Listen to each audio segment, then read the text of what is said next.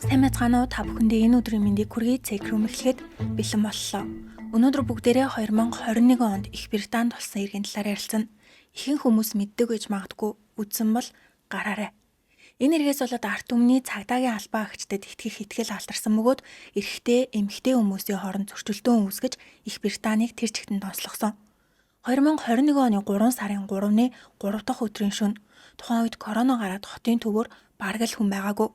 Лондонны Брикстон хотод амьдардаг 35 настай Сара их сургуулийн найзынхаа гэрлөө хотын захад байх Клефен Комон гэх цэцэрлэг түрээлэнгээс алхаад замаараа дарс авчхаан камерын бичлэгт үлдсэн. Найзынхаа гэрт очиод бөөндөө хоол идэж дарсан цагийг сайхан өнгөрүүлжээ. Гадагшаа гарч чадахгүй удаан хугацааны дараа найзуудтайгаа уулзсан учраас цаг хэр оройтсныг ч мэдгүй өнгөрөөсөн. Ингээд 9 цаг 15 минутын үед хамт байсан найз Роуз нь Сараг яаж гэрлүүгээ явахыг нь асуухад алхаад явчнаа. Автобусанд цувал ковид тусчих байх гэдэг. Найзынх нь гэрээс Сарагийн гэр хүртэл 4 км алхвал 50 минутын зайтай. Ямар ч тач Сара гудамжны гэрэлд алхацгаад гинэт алга болсон. Маргааш нь буюу 4 дахь өдөр тухайн үед Сара шинэ ажилд ороод удаагүй байсан ч ажилдаа ирсэнгүй. Түүний найз залуу Жош өдөржингөө Сара руу залгасан ч хариу байсангүй. Эцэст нь оройн 8 цагийн үед Жош цагдаад мэдээлдэг. Цагдаа нар яаралтай айлтаа эхлүүлсэн. Хамгийн сүүлд найзаагаа гэртээсэн болохоор найзынх нь гэрээс Сарагийн гэр хүртэлх бүх камерын бичлэгийг шалгадаг. Сара хар ирээ өмд ногоон өнгийн ус нэвтэрдэггүй күртэг улбар шар пүүцтэйсэн. Найзаагаа гэрээс гараад Лесвест замаар яваад удалгүй Пойнтерс гих замын уулзраар явж хаана камерт бичигдсэн. Тухайн үед найз залуутайгаа утсаар 15 минут орчим ярьсан юм байна. Удалгүй 1 минутын дараа 9 цаг 27 минутанд Cavendish Road-ийн камерт бичигдсэн. Түүний явж байгаа замд хүн байгаагүй бөгөөд хав аранхуу ойн замч биш гудамжны гэрэлтэйсэн. Удалгүй Сара найз залуутайгаа ярьж дуусаа салгасны дараа утас нь унтарчээ. Иннээс хойш ямар ч камерт бичигдээгүй. Тухайн үед Сарагийн гэрийнх нь Нью-Йоркод амьдардаг байсан ч тэр дороо Лондонд ирж охиноо хайсан. Алга болсон хуудас тарааж хүмүүсээс охиноо асууж хэвлэл мэдээллийн эрхлүүдэд ярилцлага өгснөөр Сарагийн алга болсон мэдээлэл маш хурдан тархаж камер болон машины хар хайрцагны бичлэгтэй хүмүүс маш их мэдээлэл өгсөн. Сара Эврард нь 1987 оны 6 сард төрсөн. Аав Жереми нь Нью-Йоркийн их сургуулийг төгссөн профессор. Сара 3 хүүхэдтэй айлын хамгийн бага хүүхэдтэйсэн.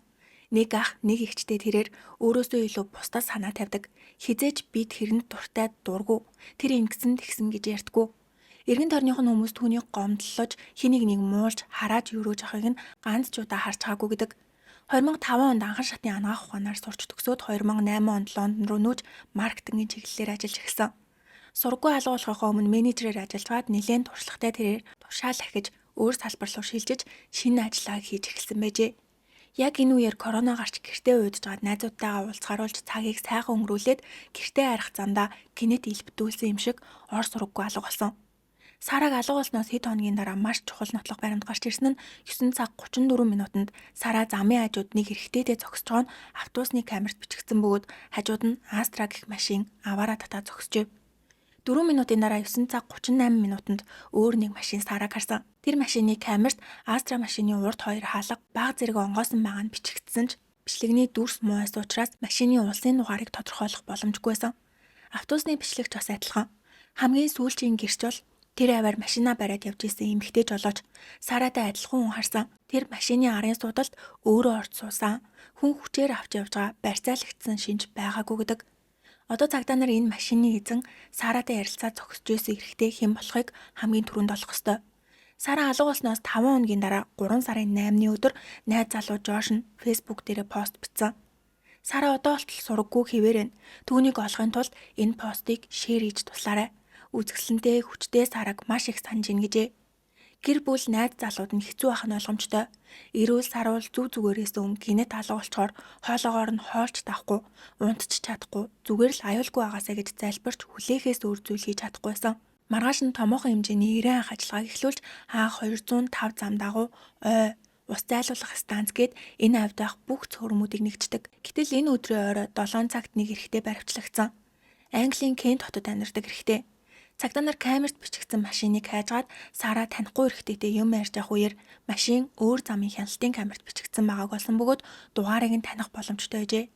Шалгаад үзтэл түрээсийн машин байсан болохоор түрээсэлсэн хүний нэр, утасны дугаар, хаягийг нь аваад шалгаад үзтэл 48 настай Вейн Косенс, ажил нь Лондонгийн цагдаа. Зүгээр нэг цагдаа биш, аюулгүй байдлын албанд харьяалагддаг зэвсэгт хүчний цагдаа тэрээр Америкийн элчин сайдын яамд хамгаалагчаар ажилладаг. Цагдаа хүн арайд сургаггүй алга болсон эрэгтэй холбоогүй илгүү дээ. Сараа туслах гэжсэн болов гэж бодоод шалгаад үзтэл Вэйн нилээн бохор муухай юм хийж авахаас гадна энэнд нь огт арга хэмжээ аваагүй байдаг. Баривчлагдаж ялагдсан юм байхгүй. Цагдаа дотроо шалгалт явуулаад хаасан байв. Мөрдөн байцаах багт с ิจ гтэйсэн болохоор Сараг алга болох үеэр Вэйнийг хаана байсныг уцны байршлаар нь шалгахад үүрээр Кентийн Тилмэнстон гэх газар очоод өглөө нь түрээсийнхээ машиныг буцааж өгчээ. Цагдаа нар тэр дороо Тилмэнстон руу явж Вэйнийг баривчлаад гэр зойронд нь Сараг хайсан боловч байсангүй. Баривчлсныхаа дараа цагдаа Вэйнээс хэдэн асуулт асуухад яг л дараагийнхаа үгийг юу гэж хэлэхээ бодож байгаа мэт харагдсан гэдэг. Цагдаа Вэйнээс Сараг мэдгүй гэхэд үгүй гэж хариулдаг. Цагдаа Сара гэх эмэгтэй 3 дахь өдөр сураггүй болсон гэж зургийг нь харуулж танд мэдэх юм байна уу гэхэд Вэн Сара гэх эмэгтэй алга болсон гэдгийг сонссон. 7 хоногийн өмнө хаа мэдээ үзэж байгаад харсан байна гэхэд цагдаа хувь хүнийхээ хувьд Саратай таарч уулзж ийсэн үү гэхэд үгүй би яагаад мэдэх ёстой гэж гэдэг. Цагдаач бид нар таныг энэ эргийн талаар ямар нэгэн зүйл мэдж байгаа гэж бодож байна. Зүгээр болохоор өөрийнхөө мэдж байгаа бүх зүйлээ бидэнд хэлчихье гэхэд Вэн ярьжээсээ яриагаа өрчилж би сүүлийн үед санхүүгийн хувьд хүндрэлтэй байгаа болохоор нэг бүлэгт ажилласан. Нэг өдөр тэр хүмүүс над дээр ирж эмэгтэй хүн барьцаалж авчрахгүй бол гэр бүлийг чинь хөнөөнө гэж сүрдүүлсэн. Надад ямар ч сонголт байгаагүй. Хин нэгнийг олж авчрах ёстой болсон гэж байн гацаж төгдөрч ярьдаг. In financial and I've been lent on by I don't know who they are. They're a group, a gang, whatever. And they told me I need to go and pick up girls and take them to them. Тэгээд тэр сүрдүүлсэн бүлгийн хүмүүс намайг машинаас чирч буулгаад эмэгтэйг авч явахдаа удахгүй холбоо барина гэж хэлсэн. Би хэд их стресснээс болоод ажилласаа чөлөө авсан бөгөөд гэр бүлээ 24 цагийн турш хамгаалж байна гэдэг. Ингээс сэжигтэн баривчлагдсан гэх мэдээлэл тэр дороо хэвлэл мэдээллийн хэрэгслэр маш урттай тархсан. Эргээд төрийн цагдаа хүн энэ хэрэгт оролцсон гэдгийг сонсоод цочирдсан бөгөөд ялангуяа Сарагийн гэрийнхэн юу ч ойлгохгүй бүр төөрөлдөж ийн гэжээ. Сургуу алга болсноос 7 хоног өнгөрч 3 сарын 10-ны өдөр боллоо. Ирэн ах багийнхан Вэний гэрээ эргэн тойронд нэгжлэг хийж үнэрч нохтыг авчирч ойр орчмын хаягдсан барилга ойг самарсан ч юу ч гарч ирээгүй. Ингээд Вэний нэр дээрх үл хөдлөх хөрөнгийн жагсаалтыг шалгахад 2019 онд Эшфордод газар худалдаж авсан бүртгэл гарч ирдэг. Жижигхэн ой байдаг газар бөгөөд Сараг алга болсон өдөр Вэн энд ирсэн нь уцны байршлаар нь тогтогцсон. Очоо шалгатал үнэрч нохой тэнд ах цөөрмийн оролцоо очжээ. Тэндээс ногоон өнгийн ялгаар уут олдох ба дотор нь цогцов. Шууд шалгах боломжгүй аимшигтай болсон учраас шүдээр нь Сара мөн гэдгийг баталж чадсан. Гэр бүлийнхэн нь амьд байгаасаа гэж залбирсан ч охин нь ийм аимшигтай нас орсон байдалтай олцсон учраас хэвлэл мэдээлэлд ярилцлага өгч энэ муухай хэргийг илрүүлэхийн тулд хэрвээ ямар нэгэн зүйл мэдж байгаа бол бид нарт заавал мэдээллээрэй. Бас биднийг үргэлж дэмжиж тусалсан бүх хүмүүстээ баярлалаа гэдэг. Эргээд Сарагийн төлөө харамсаж амьдардаг байсан газар нь болон цогцолцсон газарт нь очиж эмгэнэл илэрхийлэх хажуугаар цагдаа хүн гинт хэргийн сэжигтэн болсон цочирдож уурлаж эхэлдэг. Тухайн үеийн Британий ерөнхий сайд Борис Джонсон бүх аимшигтай эргийн үннийг хурдан илчлэх ёстой гэдэг. Бүр эмэгтэйчүүдийн эрхийг хамгаалах байгууллагууд эсэргүүцлийн жагсаалж эхэлсэн. Вэн Сараг алга болохын өмнөх өдөр буюу 3 сарын 2-ны өдөр оройн 7 цагаас маргааш өглөөний 7 цаг хүртэл нийт 12 цагийн турш ажиллаад үдээс хойш 4 цаг 45 минутанд дооворт байх машин түрээсэн газар руу очсон. Хар өнгийн малгай, маск, күртэг, пүүз, саарал өнгийн өмд өмсөж ирээд цагаан өнгийн Астра машин түрээсэлсэн.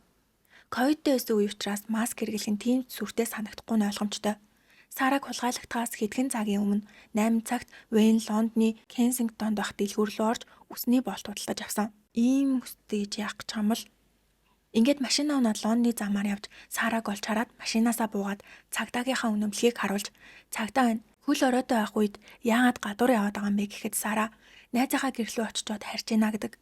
Вэн ийм үед нэгнийдээ олноороо цуглаж болохгүй машин руу суу гэж цагдаа нэрийг ашигласан юм байна. Хамгийн сүүлийн эмэгтэй гэрчлэхдээ Сара өөрөө машин руу орцуулсан. Гэхдээ түүнийг гавлсан байсан гэж хэлсэн юм байна. Ингэж гавлаад цагдаагийн газар биш хөдөө ой руу авч яваад хөнөөсөн. Тэгвэл Вэн гэж юм бол тэрээр 10 жил гэр бүлийнхээ бизнесийг хийж хаад замын цагдаа болж дараа нь цөмийн хамгаалтын ажилтны төсөлд хамрагдаж цөмийн эрчим хүч болон цахилгаан станцын хамгаалтын ажилтан хийдэг учраас мөрдөн шалгах эрхгүй байдаг гинэ.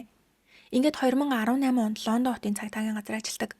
Тэрээр Сараг хулгайлагдах хүртэл элчин сайдын яамд ажиллаж ижээ. Вэнийг шоронд орхигдсон 2 дахь өдөр шоронгийн хамгаалагчид сонин чимээ сонсдог. Юу юм бол гэд гайхаад очтол ганцаараа оргидчихсэн Вэн толгоогоо хананд цусгооч тул цохиж амиа орлохыг оролджээ. Энэ үед Вэн аль хэдийнэ өөр эргээр шалгагдчихсэн нь олон нийтэд ил болдог. Ямар эргээр вэ гэвэл Макдоналдсд ороод эрэгтэй ажилтан байна уу, эмэгтэй ажилтан байна уу гэдгийг шалгаад хэрвээ эмэгтэй хүн байвал урд нь өмдөө тайлдаг. Эмэгтэй ажилтан айж, орилж бахирвал цухтана. Иймэрхүү үйлдэл нийт 4 удаа хийсэн нь камерын бичлэгт үлдсэн.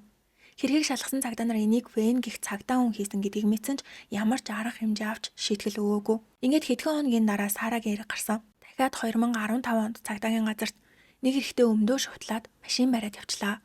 Хурдан бариараа гэсэн дуудлага ирдэг. Машины дугаарыг шалгаад үзэхэд Вэнийг хэлсэн бөгөөд цагдаа нар дахиад хэрэг ч үүсэхгүй зүгээр өнгөрөөсөн. Мэдэгдэж баригдсан нь л энэ болохоос ш өчнөө олон жилийн хугацаанд өөр ямар муухай эргүүд хийсэн бол ийм гажигтай өвчтөн хүмүүсийн 10-аас 15% нь бүр донтож илүү хэрцгий гэмтэр хийх тохиолдол байдаг гинэ. Ийм хүмүүсийг эксгибиционист хүн гэж нэрлэдэг юм байна.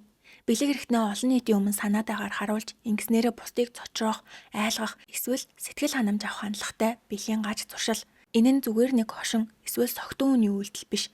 Эмчилгээ шаардлагатай сэтгцэн эмгэг учраас иймэрхүү үйлдэлтэй хүн харуул шууд аюулгүй байдлаа хангаад цагдаад мэдээлэх нь хамгийн чухал юм байна. Энэ бүх хийсэн хэрэг нь ил болсон учраас ард иргэд зүгээр сууч чадгаа болж Лондоны цагдаа нарыг харааж эхэлдэг. Ингээд 3 сарын 13 Сарад зориулсан зул өргөх ёслол болох байсан ч ковидын үеэс учраас цагдаагийн газраас хоригдж хэрвээ эсэргүүцэж жагсаал хийх юм бол торгоно гэсэн болохоор үйл ажиллагаа цуцлагдсан ч хүмүүс нэг нэгээрээ ирсээр улам олуулаа болсон. Эхний өдөр хүмүүс 50 байжгаад явсан бол маргааш нь 3 сарын 14-нд маш олон хүмүүс ирж эмэгтэйчүүдийн эрхийг хамгаалахыг хүссэн. Өмнөх өдрөөс тэсүүр ур амьсгалтай байсан. Спикер авчираад илтгэл тавьж эмэгтэйчүүдийн эрхийг хамгаал гэж орилж бахирдаг. Энэ удаа цагдаа нар хууль бус жагсаал хийж коронавигийн дэглэмийг зөрчсөн. 10,000 доллараар торгоно гэсэн учраас хүмүүс бүр уурлаж эсэргүүцэн ч эцэст нь 6 эмэгтэйг баривчилж жагсаалыг хүчээр тараах гэж оролддог бол хүмүүс нэг нэгээрээ лайв хийж цагдаагийн хүчирхийлэлд өртсөн. Намайг зогсон гэх мэт бичлэг, зураг, постуудыг хийж эхэлдэг. Сүүлдээ Лондон хотын захирагч хурдан шалгаж зэгцэл гэсэн мэдээлэл хийж цагдаагийн нарган шалгаад энэ цагдаагийн нарга нь эмэгтэй хүн юм байна л да. Цагдаа нарт ямар ч буруу байхгүй, хуулийн дагуу ажиллаа хийснээс үр зүйлгүй. Ихэнх хүмүүс эмх цэгцтэй зуул өргөх ёслолд оролцсон ч зориудаар 20 цэрийн дэглэмийг баримтлаагүй цөөн хэдэн үнийг л хуулийн дагуу зогсоосон гэдэг. Энийг сонссон хүмүүс цагдаагийн наргыг огцор гэж жагссан. Хүмүүс цагдаа нарыг хараасан дахиад нэг шалтгаан нь Сарагийн эргийн дараа цагдаа нар Сарагийн амьдардаг байсан газарт байдаг эмэгтэйчүүдэд хандаж ганцаараа гадагшаа гарахгүй байх. Ялангуяа нар жаргасны дараа гарч болохгүй гэсэн мэдээлэл хийсэн болохоор дахиад л хүмүүсийн уур илэн хүрч цагдаагийн ажилтан нь хүний амьд хүрчээд хахад тэр асуудлаа шийдэхин оронд эмэгтэйчүүдийг гэрээсээ битгий гараа гэдэг чинь юу гэсэн үг вэ гэсэн эсэргүүцлийн үр дүнд Лондонгийн цагдаа нар дахиад мэдээлэл хийж хэрвээ ганцаараа явж явах чинь цагдаа бичиг баримтаа шалгуулахыг хүсвэл ойр орчмоосоо тусламж гуйж хашгирах эсвэл гэрлүүгээ гүөх ойрхон байгаа айл руу очиж хаалгыг нь тогших автобус зогсоох боломжтой бол цагдаад мэдээлэлж өөрийгөө хамгаалаарай гэдэг инэт дагааз. Одоо бүр цагдаад битгий итгээ юу ч хийж магадгүй гэсэн утгатай юм ярьж эхэлдэг. Уг нь цагдаа нартаа хяналт сайн тавьж ажиллах ёстой байхад иргэдийг өөрсдийгөө хамгаалахыг шаардсан. Энэ үеэс эхлээд эрэгтэй эмэгтэй хүмүүсийн хооронд зөрчилтөө үүсдэг. Эмэгтэйчүүд интернетэд би пүүз байнга авч явдаг болсон. С эжигтэй эрэгтэй хүн харагдвал хурдан цухтахын тулд гэх бол зарим нь би байнга түлхүүрээ гартаа барьж явдаг. Ямар нэг юм болвол яаж түлхүүрээр бие хамгаалж болохыг зааж өгье гэх мэтээр баахан зөвлөмжүүд хуваалцаж эхэлдэг. Харин эрэгтэйчүүд зөвхөн эрэгтэй хүн л гэмт хэрэг хийдэг гэж одоо юу гэх мэтээр эсэргүүцэж зөрчилтөө үүссэн. Нөгөө талд Вэн толгоогоо ханан цохиж гэмтээгээд эмнэлэгт эмчилгээ хийлгсэн ч тийм хүнд гэмтэл байгаагүй бол энэ оронд Сарагийн задлан шинжилгээний дүгнэлт гарсан. Сара бэлгийн хүчирхийлэлд өртснөөхөө дараа цагдаагийн зүгдэг тэлээгээр хоолоогоо боолгож нас барсан гэж дүгнсэн. 2021 оны 5 сарын 21-нд Сарагийн оршуулах ёслол сүмдүүлж гэр бүл, найз нөхөд, танихгүй маш олон хүмүүс ирж эмгэнэл илэрхийлжээ. 2021 оны 6 сард Вэний эхний шүүх хурал болсон. Тэрээр би Сараг хулгайлсан нь үнэнч алаагүй. Тэр бүлэглэлийн хүмүүсийн хийс хэрэг гэдэг. Тухайн үед коронавигоос болоод Сарагийн гэрийнхэн шүүх хурлыг алсаас харж исэн. 2021 оны 2 сарын 10-нд хэрэг гарахаас 3-7 хоногийн өмнө Вэн Амазоноос гав худалдаж авсан байв. Тэр гаваараа Сараг гавалж хэрэг хийхээ өмнө дэлгүүрээс үсний болт авсан да. Тэрийгээ Сараг хүчирхийлэх үедээ ашигласан бахаа гэж таамаглаж байгаа. Ганцаараа замаар явж исэн Вэйн Сараг олж хараад корона өнтер гэж худлаа шалтгууд гаргаж ирээд гавлаж машиныхаа ард суулгаад суудлын бүсийг нь зүглэж цагдаагийн газар биш өөрийнхөө ойд байх нууц газар руу авчивсан. Шүүхтэр Вэйний ханд ажилтдаг хүн гэрчийн мэдүүлэг өгөхдөө Вэйн ажилтаа байсан ч ажилгүй байсан ч хамаагүй цагдаагийн тэлээ бүсээ байнга зүүж явдаг гэжээ. Мөн болзооны ав дээр өөрийнхөө нэр нас зургийг хийгээд эмэгтэйчүүдтэй уулзах гэж оролцсон байхаас гадна биеийн үнэлэгч авсан нь хүртэл ил болдог. Хэрэг гардаг өдөр Вэйн ойд ах өөрийнхөө газар руу ирж Сараг хөнөөгөөд өөрийн 2 цаг хагасны үед колонгийн хажууд ах дэлгүүрээс уух юм авч хэдэн цагийн дараа Коста кофе шопоос кофе авч уугаад түрээсийнхээ машиныг буцааж өөрийнхөө машиныг унаад колонг орж цаванд бензин хийж авдаг. Цогцыг шатаах гэж оролцсон гэсэн үг. Ингээд бензинээ авч машиндаа ийгээд Макдоналдс орж бүүргэр идсэн. Тэрээр Сарагийн цогцыг ойд хаягдсан байх хөргөчөнд хийж үлдээсэн байжээ. Ирээд хөргөчн нэрээс бензинээ хасгаж шатаасан ч хүснээр нь асаагүй болохоор хажууханд нь байсан цөөрөм рүү цогцыг шидэж утсыг нь өөр нэг гол руу хайсан. Прокурорт нотлох баримт байсан нь машин дотроос олцсон цус Сарагийн холхон тогтоогдсон бол Сарагийн биеэс олцсон үрийн шингэн Вэйний холхон тогтоогджээ. Уг нь Вэйн ихнэр хүүхэдтэй мэн. Тэрээр хэрэг хийснийхээ маргааш цогцгүйгөөд дээшээ гараад ирэх вэ гэж санаа зовсондоо ажил руугаа залгаж өнөөдөр очиж чадахгүй гэж хэлээд үдээс хойш барилгын материалын дэлгүүр орж ногоон өнгийн гялгарууд хоёрыг аваад цөөрөм рүү очиж Сарагийн цогцыг олоод авсан удандаа хийж навчаар учаад орхисон. Өөрийнх нь газар болохоор хүмүүс олж чадахгүй гэж бодсон баг. Тэгээд бүр 2 хоногийн дараа Сарагийн цогцоогоо энэ газарт эхнэр хүүхдээ дагуулж ирээд салхилж тоглосон гинэ. Шүүгч Вэйн тэнсэн суллах боломжгүй бүх насаар нь хорих ялаа өгөх бодолтой байгаагаа хэлдэгч Англид бүх насаар нь хорих ялаа нөх тохиолдол бараг л байдгүй гинэ. Вэйн энийг сонсоод айсан тэрээр дараагийн шүүхурлаар 2021 оны 7 сарын 9-нд хэрэгжүүлж би Сараг хөнөөсөн гэдэг.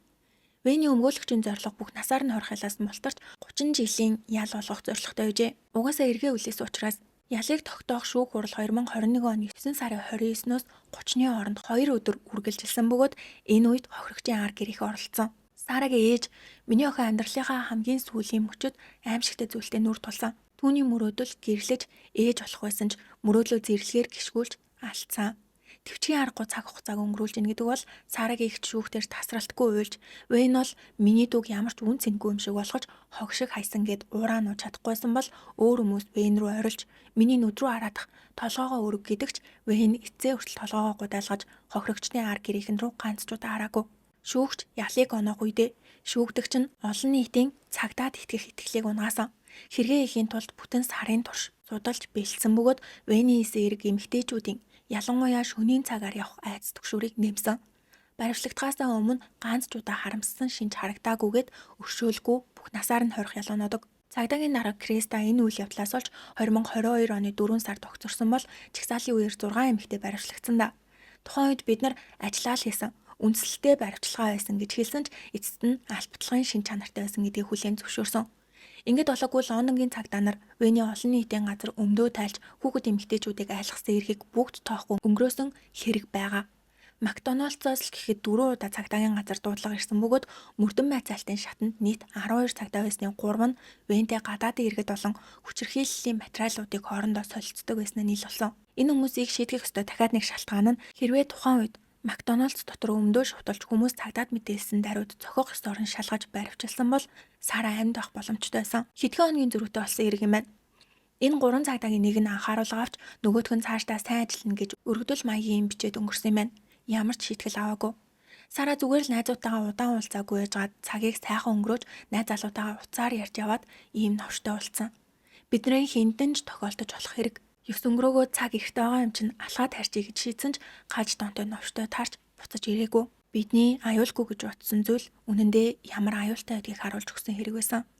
Иймэрхүү цагдаатай хэрэг ярихаар зарим хүмүүс уурлаад идэг шүү.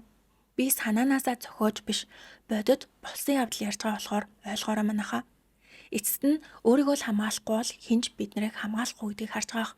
Өнөөдрийн бичлэг маань энэ үрээд дууслаа. Таалагдсан болсон угтаа лайк болон subscribe дарахаа бити мартаарай. Миний инстаграмыг дагахаа мартаа дараагийн бичлэгээр уулзлаа. Түр баяртай.